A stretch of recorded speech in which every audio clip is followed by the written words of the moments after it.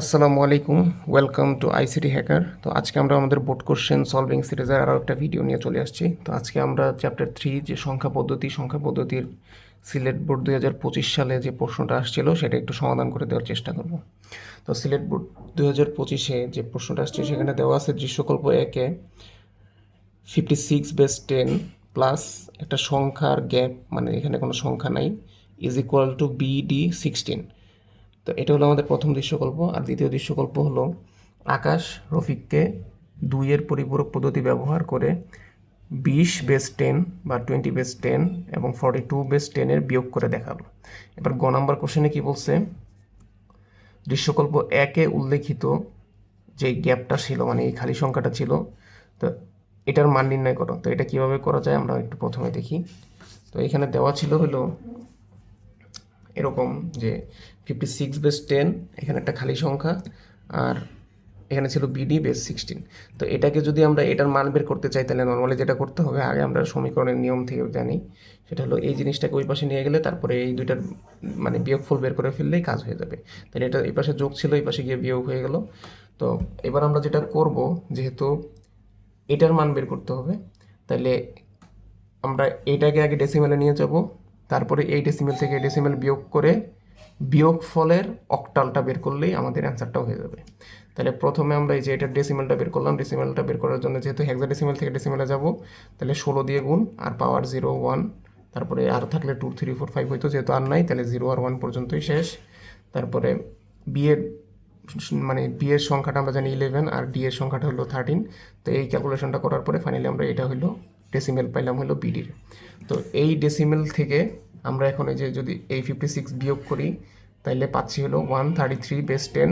তো এখন এইটাকে আমরা জাস্ট সিম্পলি অক্টালে কনভার্ট করে দিলেই আমাদের অ্যান্সার হয়ে যাবে। তো অক্টালে কনভার্ট করার জন্য এটাকে 8 দিয়ে ভাগ করে করে এই যে যে বাক্সেসগুলো ছিল ওগুলোকে নিচের থেকে উপরের দিকে এখানে সাজায় দিলাম।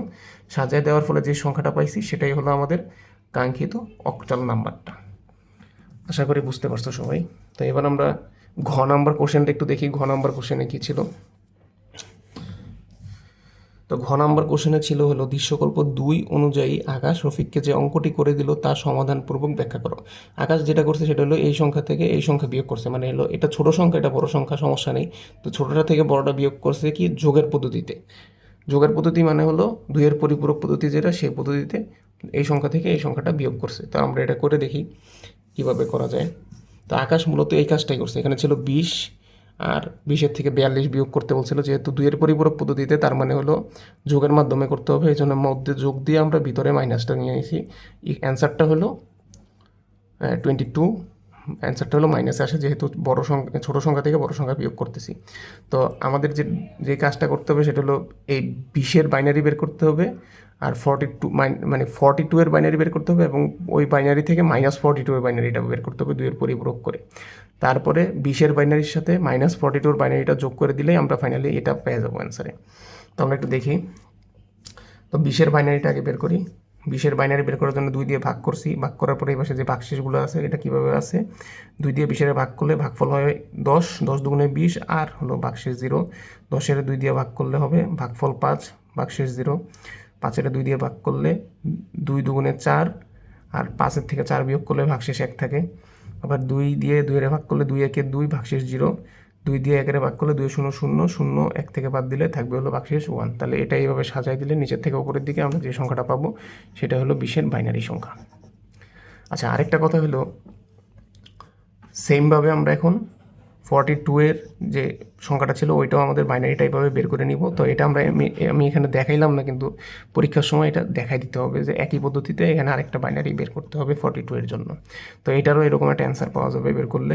তো এখানে আমরা দেখছিলাম যে সবগুলো সংখ্যাই একটা রেঞ্জের মধ্যে আছে, মানে 8 বিট দিয়ে আমরা করতে পারবো কেন, কারণ এই সবগুলো সংখ্যাই এখানে -128 থেকে +127 এই গ্যাপের মধ্যেই সবগুলো সংখ্যা আছে। যদি সংখ্যাগুলো আমাদের এই গ্যাপের মধ্যে থাকে, মানে হলো এই যে এখানে যে 3টা যোগ বিয়োগ এবং অ্যান্সার, 3টার সংখ্যা যদি এই গ্যাপের মধ্যে থাকে, মানে -128 থেকে +127-এর মধ্যে, তাহলে আমরা 8 বিট দিয়ে অঙ্কটা করব। তো এটা ছিল হলো 1টা 2টা 3টা 4টা 5টা বিট, এখানে ছিল হলো 6টা বিট। তো এখানে 5টার সাথে 2টা বিট অ্যাড করে নিতে কাজ করতে হবে, আর এখানে মানে আর 5টার সাথে 3টা বিট অ্যাড করে কাজ করতে হবে, আর এখানে 6টার সাথে আরও 2টা বিট অ্যাড করে কাজ করতে হবে। তো আমাদের যেটা করতে হবে প্রথমে সেটা হলো, যেহেতু -42 বের করতে হবে, তাহলে 42-র বাইনারিটা আমরা জানি, তো এটার সাথে 2টা বিট অ্যাড করে দিলাম। দিয়ে এখন এই 42-র যে বাইনারি আছে এটাকে 2-এর পরিপূরক করে ফেললেই আমরা, মানে এই 42-র বাইনারিকে 2-এর পরিপূরক, 42-র যে বাইনারি আছে এটাকে 2-এর পরিপূরক করে ফেললেই আমরা -42 পেয়ে যাব। তাহলে এটার 2-এর পরিপূরক করার জন্য আমরা ওই যে সাথে 2টা বিট অ্যাড করে 8টা বিট করে নিলাম। পরে এই 8টা বিট যেটা করে নিয়েছি ওইটারে আবার 1-এর পরিপূরক করছি। 1-এর পরিপূরক মানে হলো 0গুলো 1 দিয়ে আর 1গুলো 0 দিয়ে রিপ্লেস করে দিছি।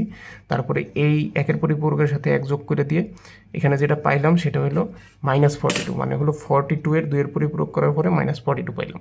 মানে হলো আমরা 2-এর পরিপূরক করলে কোনো সংখ্যার মানে বিপরীত চিহ্নযুক্ত সংখ্যা পাই, প্লাস হলে মাইনাস পাই, মাইনাস সংখ্যার 2-এর পরিপূরক করলে আমরা প্লাসের সংখ্যা পাবো। তো এটা হলো আমরা -42টা বের করলাম। আর আমাদের আগে থেকেই বের করা ছিল হলো 20-এর বাইনারি সংখ্যা যেটা, তো এটা 5 বিটের ছিল, সাথে আরও 3টা বিট অ্যাড করছি, এতে 3টা 0 অ্যাড করে 3টা বিট অ্যাড করছি, অ্যাড করে 8টা বিট বানাইছি। আর এখানে যে -42 পাইছিলাম সেটার মান নিচে বসাই দিলাম।